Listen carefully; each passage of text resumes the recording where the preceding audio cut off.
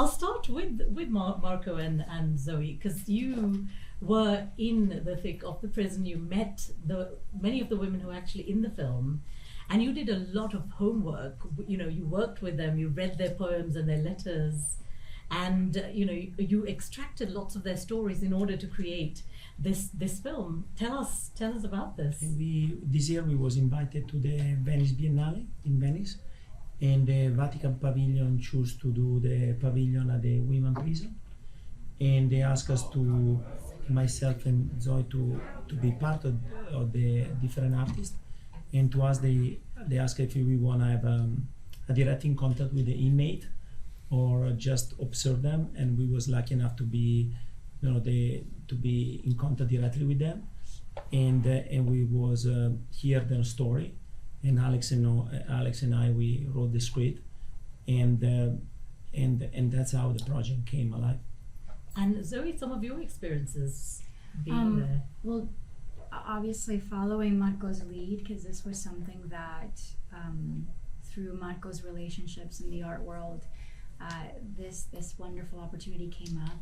And it was another opportunity for Marco and I to collaborate together. Within a week, I would say on Monday he received the call. By Friday, Alex and Marco had a script. In New York.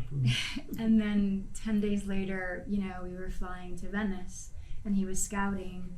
And it was important for Marco to speak to the women in the institution and get a feel of it. Like he said, once they gave us the option, do you want to have contact with the women or not to build your film? That was what he wanted to do, and obviously I will always support whatever direction he wants to take when he's creating his own material. But it was the best thing, and it was a very rewarding sort of experience. It was important for us to have their permission and gain their trust, and then have their support and participation. And that's exactly what ended up happening. The week that we were there, 7-8 days, scouting, shooting. It ended up being a really rewarding experience, not just for us, for them primarily. And once we were able to show them the movie 2 months later, like a month later, it was very exciting and they were happy. So everything about this experience, we just wanted to make sure that it stayed clean and it was just genuine from beginning to end, because it's based on women that are serving sentences, that are having difficult times in their lives, and we just wanted them to feel seen and just well represented. Yeah, and when Alex came out with the story in New York, the idea for us was very important. Two major points. One was about what question ourselves what freedom is, and the other part was about the cycle, repeatable cycle happening to all these women, and the resilience that they have, and what it means to belong, and like in a community when you belong somewhere, people really finally see you. Yeah, two things that mattered a lot. Well, one that Zoe just said was when you get a hug from a prisoner the one I talked to had been in there for 20 years or so, and hugs you and emotionally and says, I think the idea was that they were seen, and they said, you got it, this is it, and you got it. And there's no greater compliment. People can compliment you, but when somebody who lives through it says, you saw me, this is it, and we're not invisible anymore, that was very emotional for all of us, I think. And as far as the idea of the structure of the screenplay, Marco and I, once he said what his vision was going to be, we did something a little bit different in sort of the Greek structure of it, where usually there's this point 3/4 of the way through your script, at the end of Act 2, they call it when all is lost, or when the crisis is there for our protagonist. And we came up with a solution that we'd never done before, which was to say, at that point in this film, rather than have Zoe go through it, we hand it off to the young lady coming into prison. And by doing so, giving the all is lost moment to that new one, what we did was reinforce the idea of a cycle. This movie could go on forever, and these women could come in and out of this prison. So once we got that, we got very excited and said, the rest of it could fall into place from there. Yeah. And crafting the script with such little dialogue, but it says so much in a span of less than 15 minutes, I guess, even though the entire runtime is just over 17 minutes. That, that is a brilliant thing to do. Would you like to talk us through how The script, you talk when it's about the script. I'll be very on. No, I just want to say something.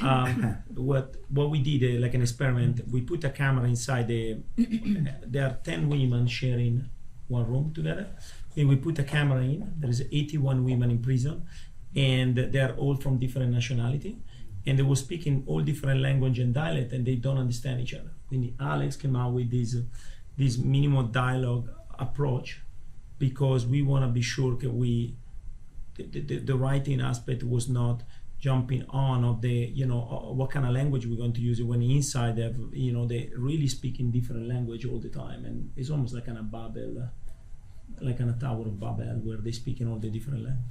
Yeah, I mean, I think you only need dialogue when you need dialogue. So there's my partner Nico's here. We did Birdman together. We wrote it. That's all dialogue.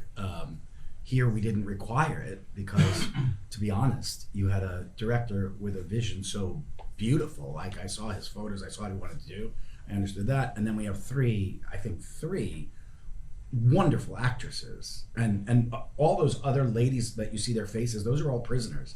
Some in there for life, some for 30 years. When they're looking at you, those are real prisoners, and that is really, when they're staring at you, it's saying something. But Marco's vision, and then the three women, her friend in the bed in the beginning when they change sweaters, and the young lady that comes in, and of course Zoe. These performances are so simple and authentic. What do I need to say? Give me the toilet paper. That's all you can do. But the rest. But there is also when you're working with people like Zoe and or somebody like Alex, is about the honest truth about what the scene is about, and to have somebody like Zoe where she has so much to say with very simple art, and or somebody like Alex tell you, what is the scene Marco is about. After visual or how you can move the camera, that's just a consequence to working with people that are much better than you.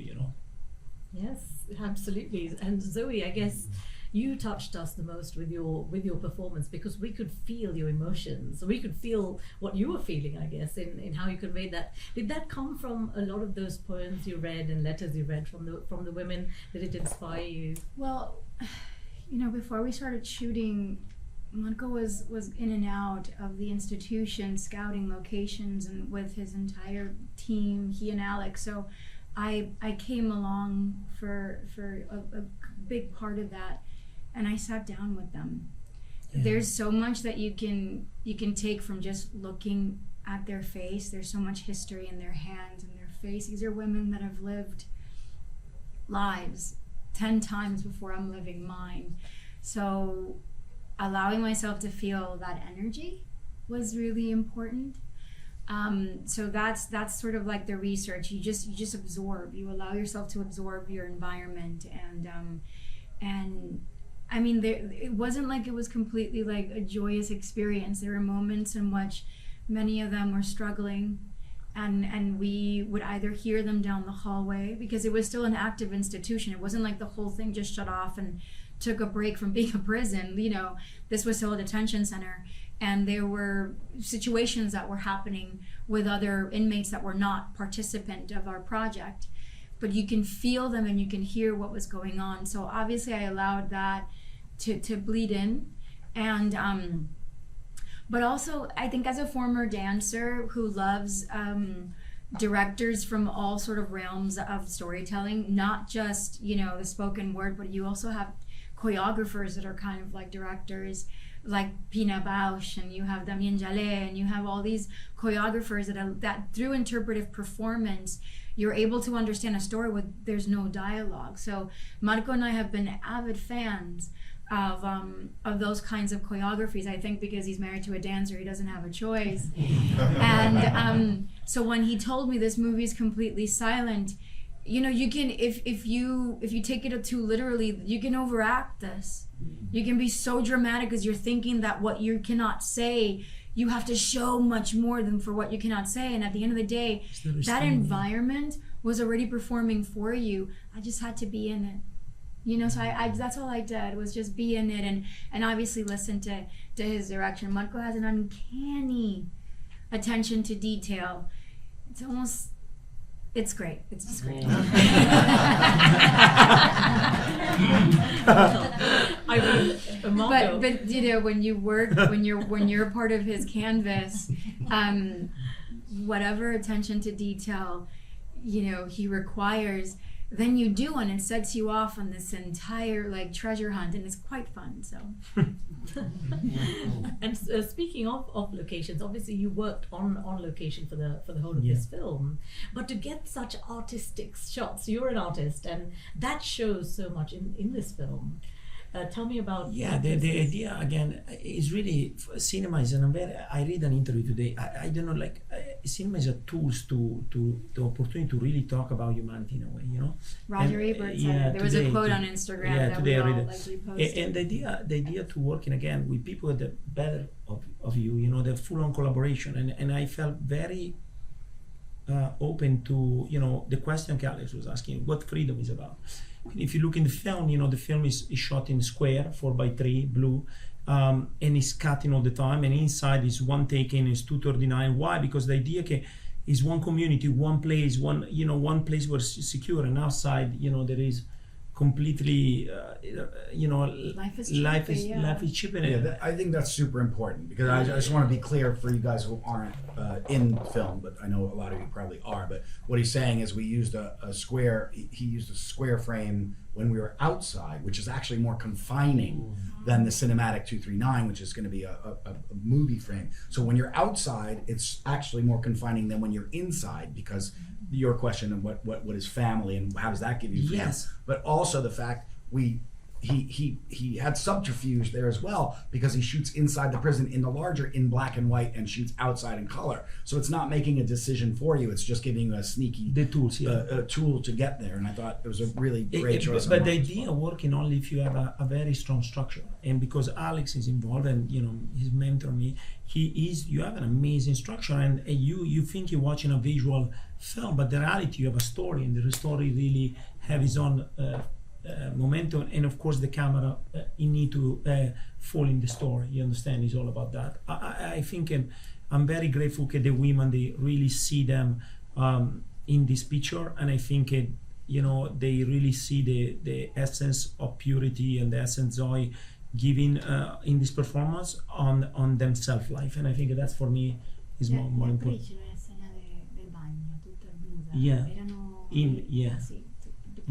No, the women also, all naked women, like all the naked women there, they're really real prisoners. That's how it took a literal meaning. Like when they read the script and Marco also walked them through step by step what we were going to be doing and where we were going to be shooting, they volunteered, and they literally felt that they wanted to sort of be naked in front of us, because there was that trust, like we weren't going to let them down. These are difficult subjects, you know, to try to kind of capture, because you walk a fine line of objectifying a situation like this and making people feel, you know, used and stuff, and so there were moments in which when they weren't comfortable, if you did not want to be in the scene, you can be asked, you know, you can ask to leave, and that's okay. And they never did. They stayed. And one other thing is, this is a note.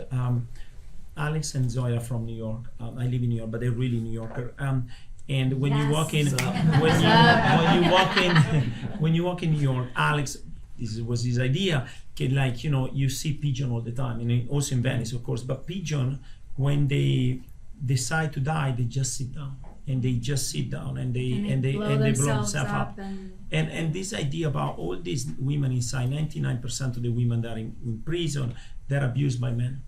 And the idea what is invisibility is, you know, and I really hope with Dovecote people have this question about, you know, what is mean to be, when you have somebody in front of you, what is mean to be, just to give in, to see him, or to see her. Yeah, and who is redeemable? You know, I think that we're vacillating a lot lately with that question. We're living right now in times where we're very quick to prosecute in a social court, you know, and there's very little conversation around just redemption if when it is intentional, when it is, and we have this conversation all the time also that we're parents. This project is not, it's not an opinion of ours, it's not anything. I think that what Marco and Alex did by writing this piece and Marco did by shooting it is just, we just got out of the way. We just wanted to put a lens inside an environment that we hear a lot about, but we don't really get to see and walk through it ourselves, and we're living through times where we have chosen as individuals never to be political with our art, but at the end of the day art can imitate life, and that's very important because it can be a tool or a weapon, right? And we're choosing to make tools out of our art, and but then you have that question of like apathy, sympathy, empathy, compassion. Like that's the way that we're teaching our children. It's like, you don't want to be sympathetic. Sympathetic was something that we needed 80, 90 years ago. You know, that was great because you feel pity. You're like, oh, Tito, you know, I feel bad, right? You have empathy, and empathy is, I'm through my senses, I'm trying to understand your position. Compassion means action. Like once you know better, then you do better.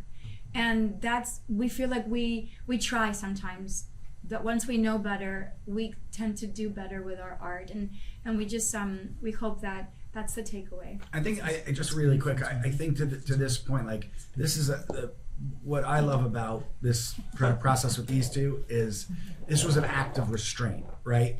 He has these beautiful images, but doesn't let them get carried away. This goes to our producers, who are in this room or with us today. This goes for the Stefania Chella, who's the production designer, Javier, the DP, like everybody on this. This is a matter of restraint. When Zoe has a moment, when she's embarrass her, when she has a moment when they trade sweaters, and she smells the sweater, and you see the emotion coming, and she immediately puts it away. Because the thing about that prison was, when you walked in, you were dealing with it because it's a weird place to be, but what broke my heart, and I think all our hearts, is when you walk into the nursery, because there are toys and little kids' books, and you realize, oh shit, right.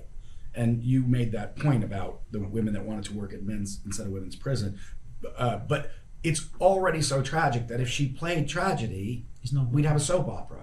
If we wrote words, we'd have a soap opera. This was just about observing as much as we could, and it's then a dramatic environment, right? Yeah. And you were making that point. I know we have to go, but you were making that point about that men weren't working in men's prison. Yes. Last thing. Yeah. There is a woman that has worked in detention institutions now for 35 years. 20 of those or 25 of those were in male institutions and detention centers, and the other 10 to 15 have been in female.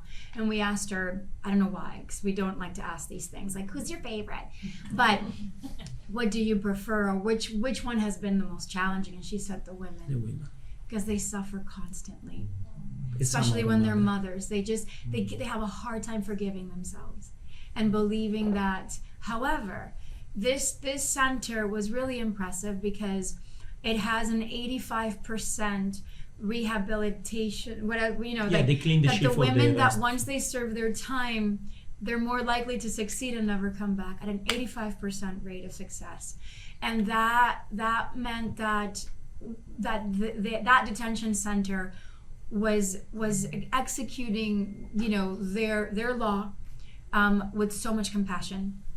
And that meant a lot to us. No, I agree. And the last things to add, all these women, I don't know if there was a prison in Venice, I'll be very honest, until 4 months ago. And you can see there is an amazing city where everybody going.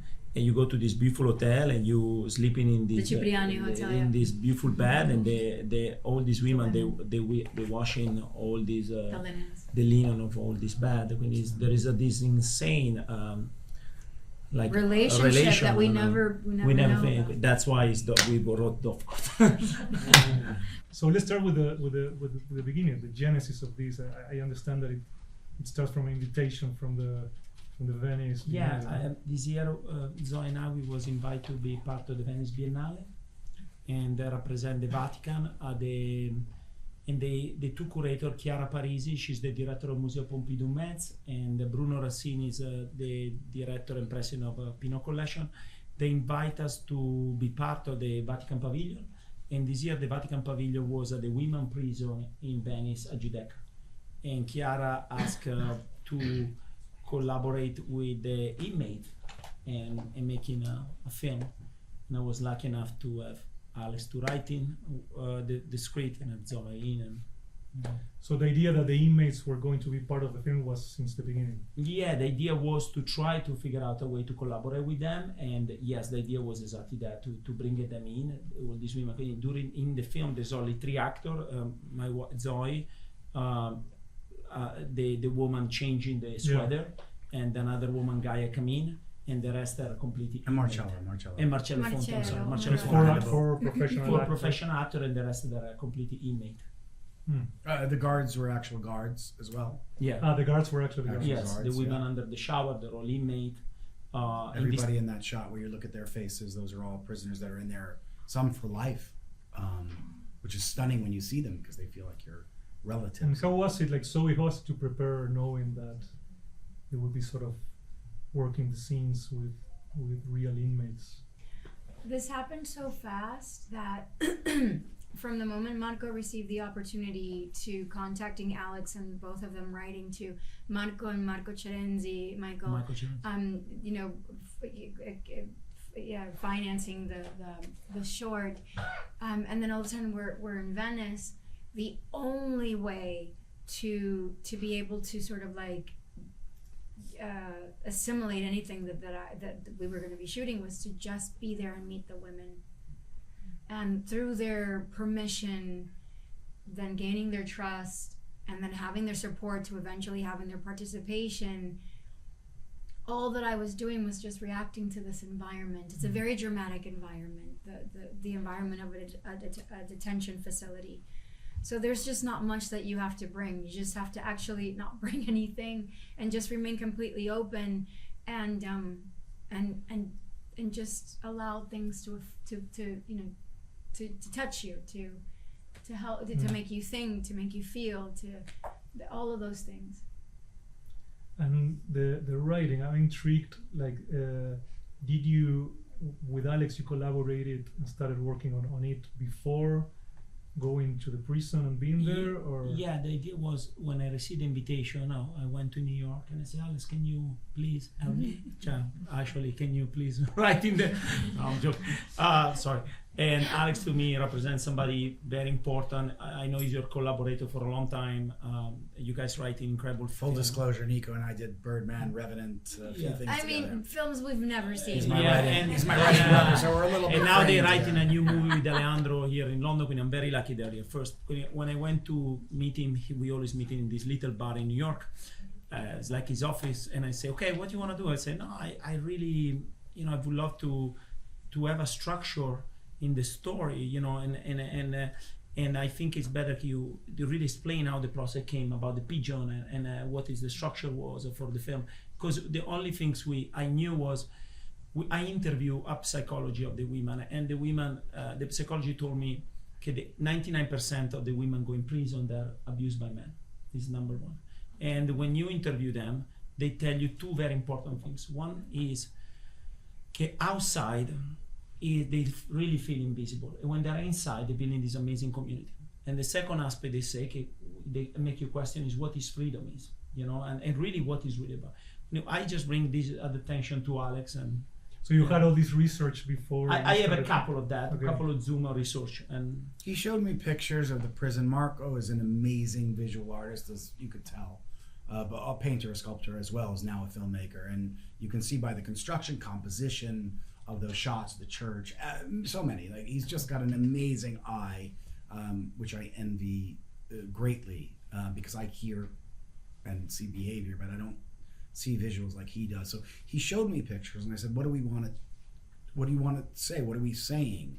And we talked a little bit about invisible. That was your thing when he started. Marco was like, they're invisible, and I said, okay. And I said, in New York City, I don't know if it happens here in London, but in New York City, when you live there your whole life like I have, when pigeons go to die, sometimes they try to find soft spaces, but in the concrete jungle, they'll sit on the sidewalk, if any of you have ever experienced this, and they start to molt. And they're never going to move from that spot again in their lives, but they're alive. They're just watching everybody go by. And if you went up to scare one, it couldn't move if it wanted to. And ever since I was a child, that haunted me. It's sort of that idea of you're just sitting there watching everybody go by until time is up. And I don't know why it struck me at Paul and Jimmy's. It might have been a couple of bottles of wine, but it struck me. And I said to Marco, and he's like, no, and that Dovecote, by the way, means a home for pigeons, a house for pigeons, a pigeon coop. That's what the translation of the word means. So we started there. He showed me the images, and then I want to hand this off because it's writing, which is boring stuff. But the structure, once we found the structure,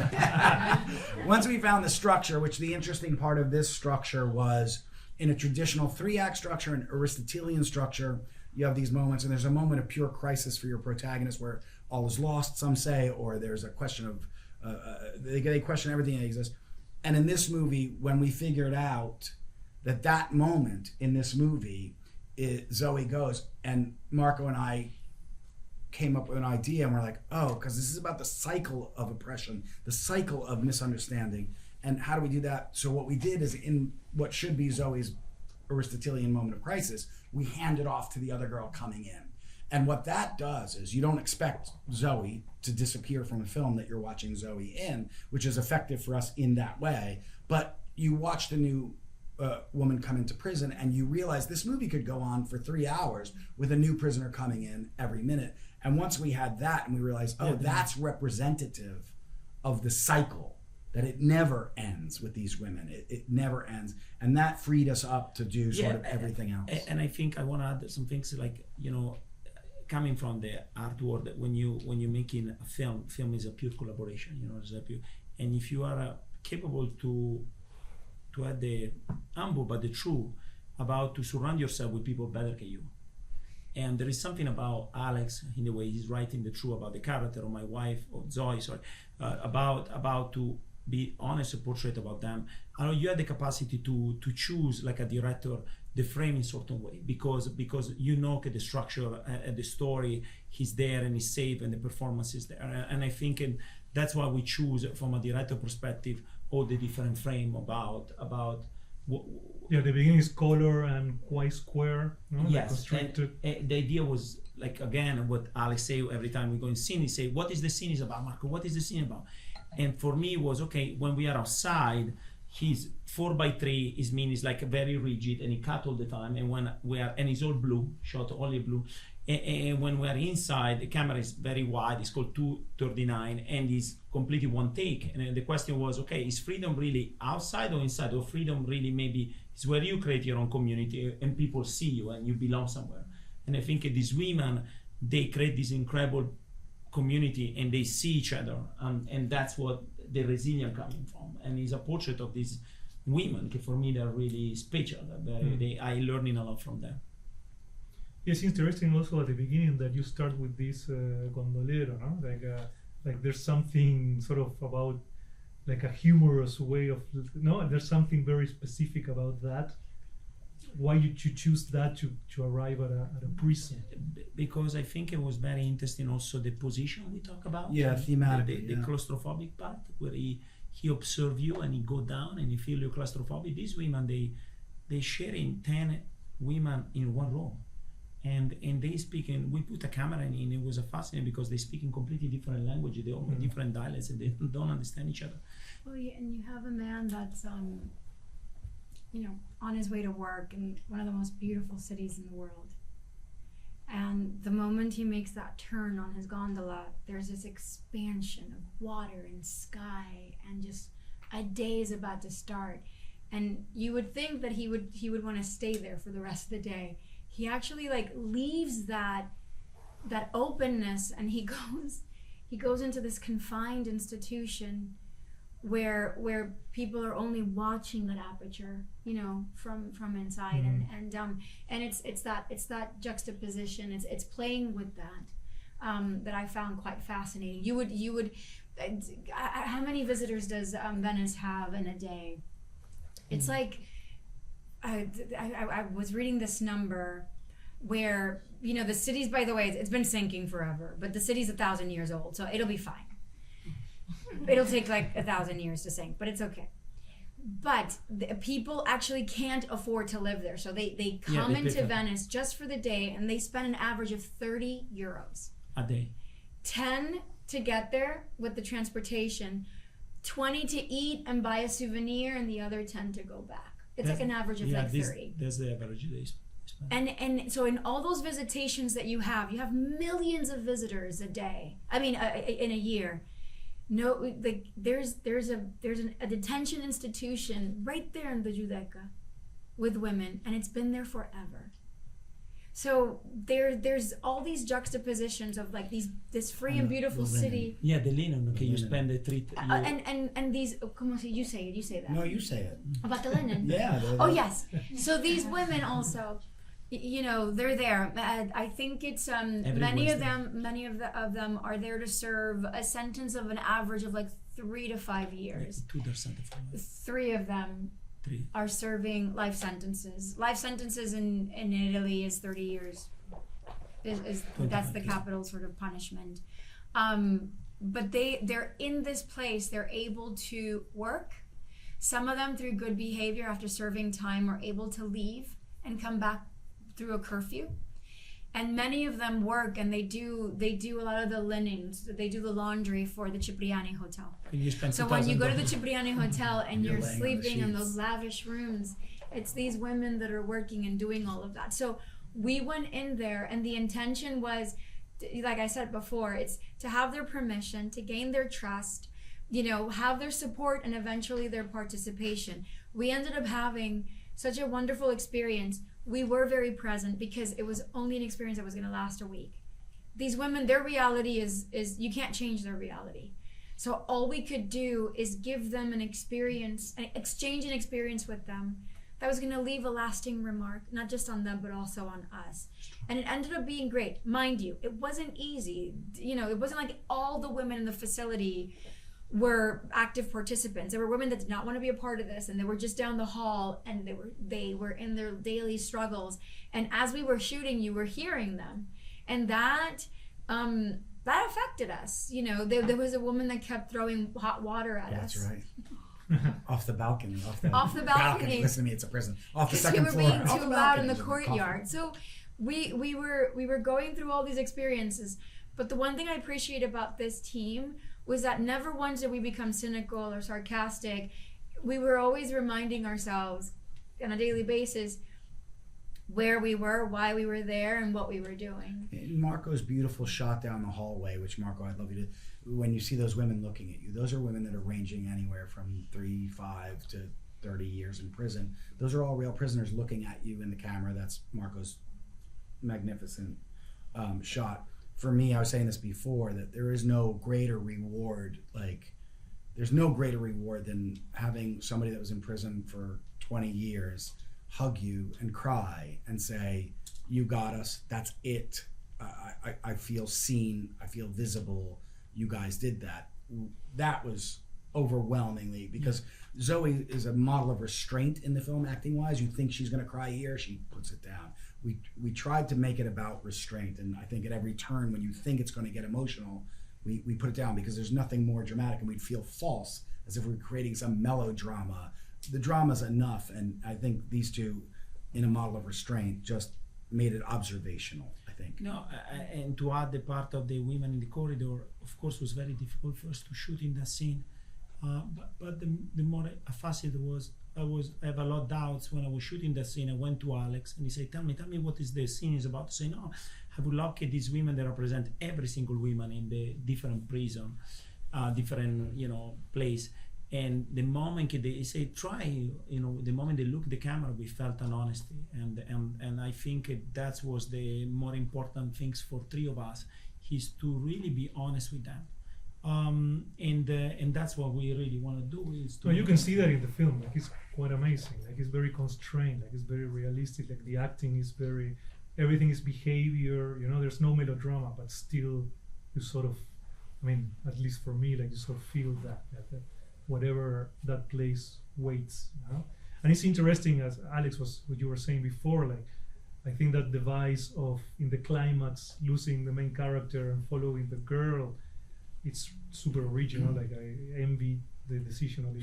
That's it, man, guys. Yeah. That's the second time This is a hearing the word co-writer, envy, by the co-writer, way. but This that's is all writer, right. That's writer all right. lingo. I think, That's you can, all I think you can steal from a short film because it's like That's a goal. That's all. Was all Alex. The joke is when a writer sees another good writing by somebody else, you're always like, "Fuck you." yeah. Why'd you think of that? I didn't. But I do it with him all the time, by the way. So. But also that girl is the one that arrives in decide. that express the whole emotion, no? But because she's starting the journey, like that was super interesting. I think. Yeah, and I think if for us, three of us, what was very important was to left the movie with a question. That's what we don't know what Zoe character does in the end of the film.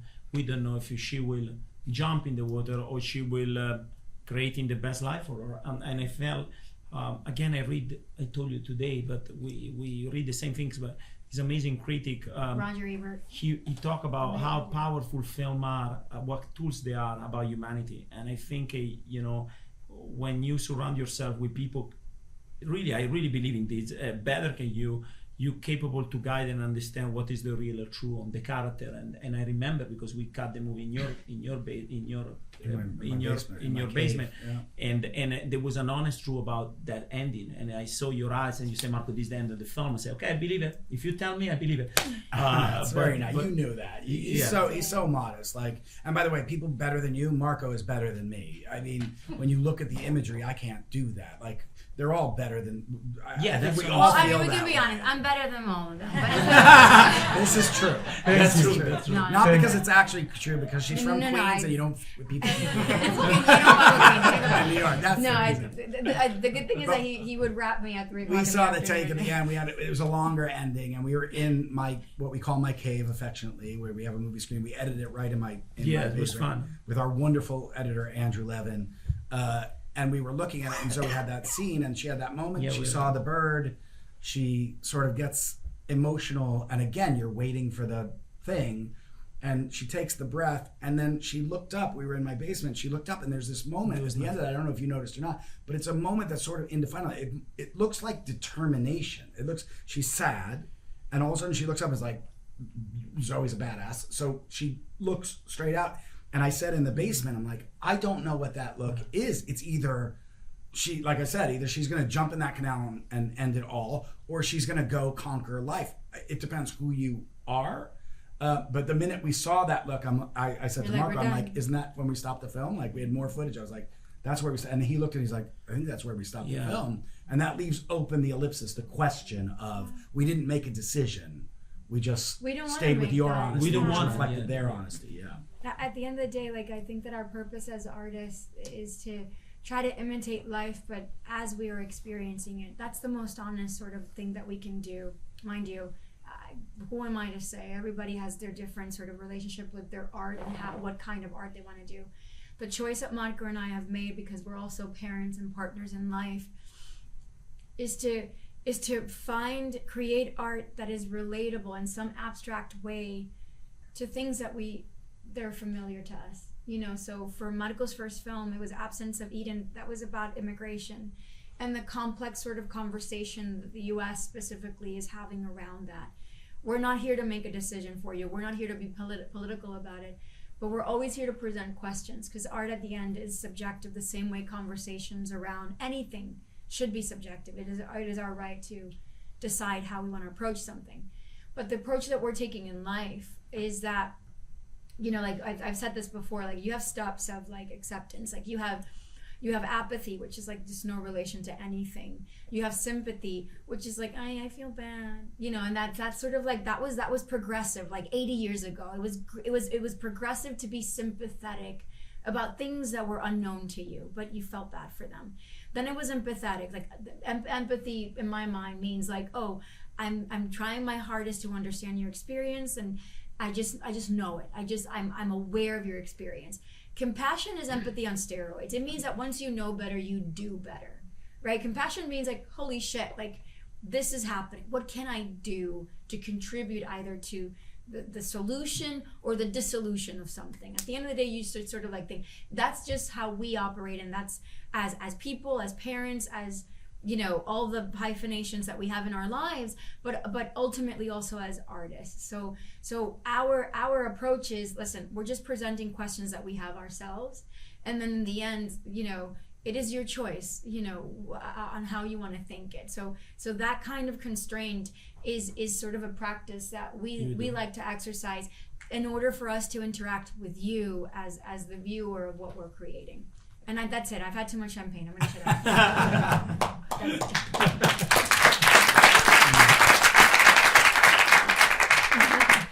You wanna? Should we open to questions? Okay. If you like, sure. So have the women seen the finished film? Yes. They were incredibly moved and told us the most wonderful things you can. Yeah, the movie opened for the Biennale It's still earlier open, this I year, think. and it's still open because that the Biennale obviously Closing happens every 2 years, but it runs from April up until November, so it's still there. It's presented at the women's prison. The women are the ones that are giving the tours. Every day you have an average of 20 to 25 people that through online applications. It is very difficult, and even after you've applied and you've been approved, you get there and they just decide they didn't like your face, and you won't do the tour.